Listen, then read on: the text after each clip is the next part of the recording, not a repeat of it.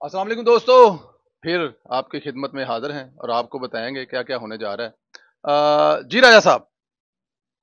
बहुत शुक्रिया संदेला साहब।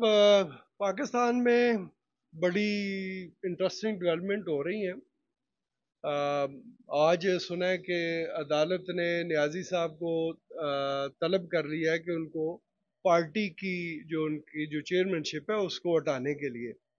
तो उस सिलसिले में जिस तरीके से मियां नवाज शरीफ साहब के साथ किया गया, तो क्या समझते हैं कि अदालत वही रवैया उसके खिलाफ भी अपनाएगी या अभी तक वो लाडले ही है? इसमें राजा साहब दो चीजों पे बात की जा सकती है। एक तो ये मकाफाते अमल है। इमरान खान की मोहब्बत में वो सब कुछ किया गया था जो नवाज शरीफ के साथ किया गया था। जब बेटे से तनहा ना लेने पर वजारत उजमा से हटाया गया तो दिल नहीं भरा, सुकून नहीं मिला, चैन की नींद नहीं सोए। तो फिर सोचा क्या करें। फिर नवाज शरीफ को पार्टी की सदारत से हटाया गया कि मियां मोहम्मद नवाज साहब जो है वो पार्टी के सदर भी नहीं रह सकते। तो ये है वो मकाफाते अमल। लेकिन इमरान खान के साथ जो हो रहा है ना, वो किसी जुल्म और ज्यादती की वजह से नहीं हो रहा, या इमरान खान से कोई बदला नहीं ले रहा कि आप इमरान खान साहब पाकिस्तान को बड़ा ऊपर लेके जा रहे थे और लोग समझेंगे कि ये तो अनबीटेड हीरो बन जाएगा। नवाज शरीफ जिस तरह का अनबीटेड हीरो बन जाएगा।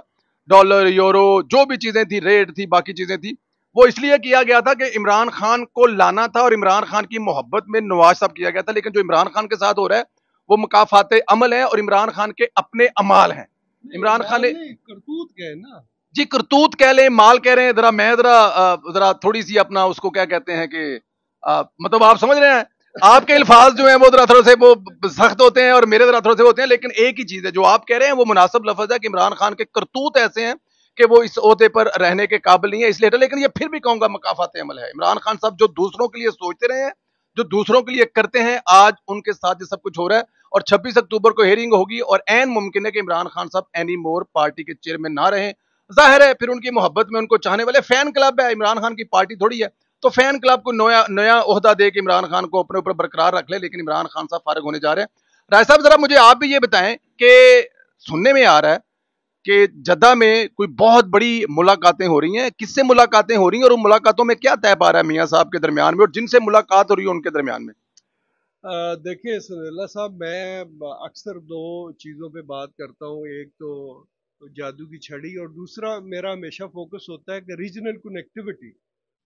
मियां नवाज शरीफ का ये एक विजन था कि रीजनल कनेक्टिविटी होनी चाहिए। जितना हमारा रीजन है, साउथ एशिया हो जाए या ये जो मिडिल ईस्ट का एरिया है, इन तमाम ममालिक को इकट्ठा किया जाए। जब ये लोग मिलजुल के बिजनेस करेंगे, इन्वेस्टमेंट करेंगे, तो एक तो रीजन को फायदा होगा, फिर अल्टीमेटली जो है वो पाकिस्तान को फायदा होगा। कि रीजनल कनेक्टिविटी की इंपॉर्टेंस आप देखें कि इंडिया कहाँ पे बैठा हुआ है और सऊदी अरब कहाँ है, और अब वो एक तस्वराती प्रोजेक्ट लेके आए हैं कि हम समुंदर के जरिए हजारों मील दूर लंबा एक टनल बना के लेके जाएंगे, और इससे हम जो है ना वो सऊदीया के करीब आएंगे और इस तरह बिजनेस करेंगे।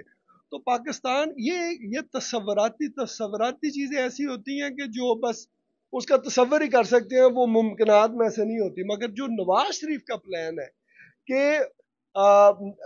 इंफ्रास्ट्रक्चर के जरिए ममालिक को जोड़ा जाए, जैसे चाइना का वन बेल्ट वन रोड है जिसको वो पूरी दुनिया से जोड़ रहा है, और पाकिस्तान का जो सी पैक है, तो ये मियां नवाज शरीफ साहब की कोशिश। लेकिन सऊदी अरब में इस वक्त क्या चल रहा है। सऊदी अरब में ये है ना, उधर ही मैं आप आ रहा था कि हमारे रीजन के जो मेन प्लेयर है उसमें सऊदी अरब आता है, यूएई आता है, दुबई और अबू धाबी, ये जो ममालिक है, कतर वगैरह, ये मेन प्लेयर है हमारे रीजन के। तो आई थिंक उनका ऑन बोर्ड होना है सी पैक के प्रोजेक्ट पे, और रीजनल जो हमारा जो कोऑपरेशन है उसके लिए मियाँ साहब ये सारी भागदौड़ कर रहे हैं। और इंशाल्लाह ताला आने वाले दिनों में आप देखेंगे कि पाकिस्तान इन तमाम ममालिक के साथ मिल के आगे बढ़ेगा और पाकिस्तान को तरक्की की राह पे लेके जाएंगे।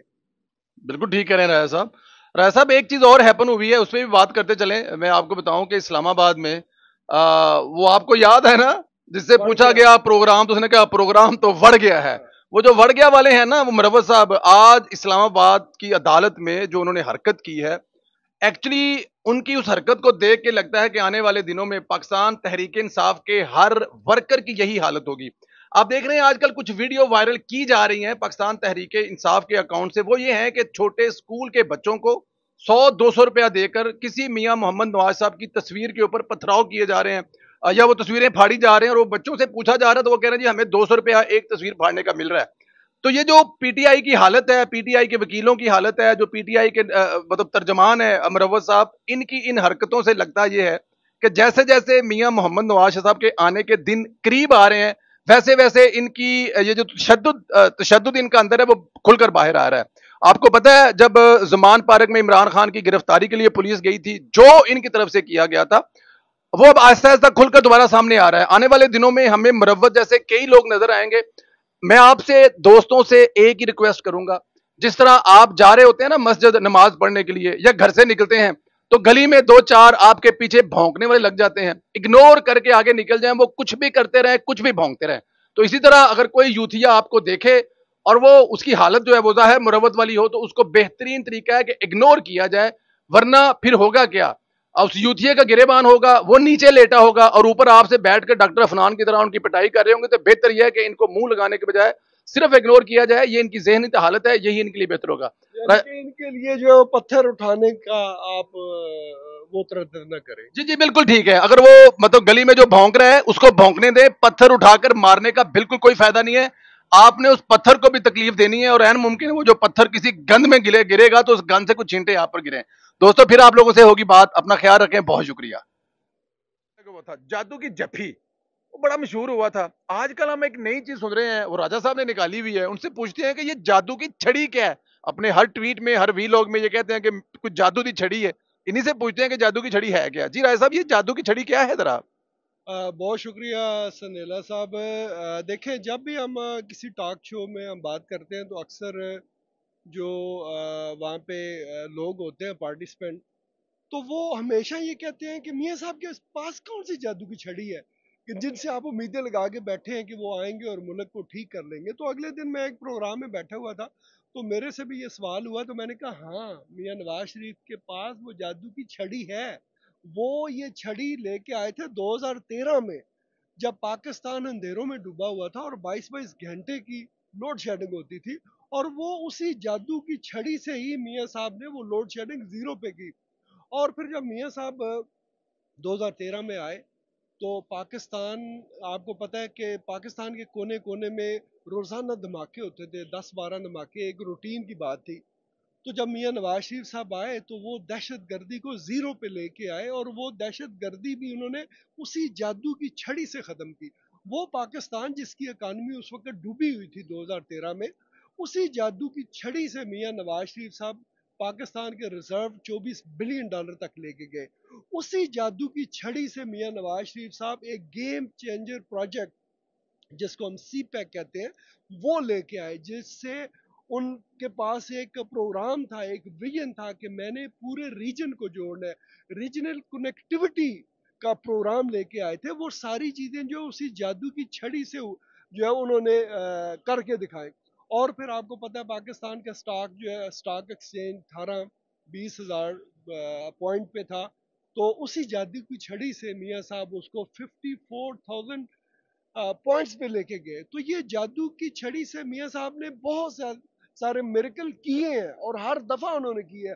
अब वो 90 का देखें, 96 97 का देखें, या 2013 के बाद का पाकिस्तान देखें, मियाँ नवाज शरीफ साहब ने हमेशा उस जादू की छड़ी से मुझसे करके दिखाए, और इंशाल्लाह आइंदा भी वो मुझसे करके दिखाएंगे। राय साहब बता रहे हैं कि जादू की छड़ी है मियां साहब के साथ, और वो माजी में साबित कर चुके हैं अपने मुख्तलिफ मेगा प्रोजेक्ट, और बाकी चीजें उन्होंने गिना दी, इसमें कोई शक नहीं है। इस वक्त सोशल मीडिया पर एक बहस चल रही है, वो ये चल रही है सोशल मीडिया पर बहस कि मियां नवाज शरीफ को बड़ा स्पीडी इंसाफ मिल रहा है, और मेरा ऐसा ख्याल नहीं है। मियां साहब को सजा जिस स्पीड से मिली थी वो भी स्पीड चेक करनी चाहिए, और मियां साहब को 5 साल लगे हैं अपनी ये जमानत की दरखास्त अदालत में लगवाने तक, तो ये स्पीडी नहीं है, बड़ा स्लो इंसाफ मिल रहा है मियां साहब को। रासा जरा इसमें भी एक आध मिनट में फरमा दीजिएगा कि ये स्पीडी जो कह रहे हैं कि जी बड़ा मिल रहा है, आपको लगता है ये स्पीडी इंसाफ मिल रहा है मियां मोहम्मद नवाज साहब को।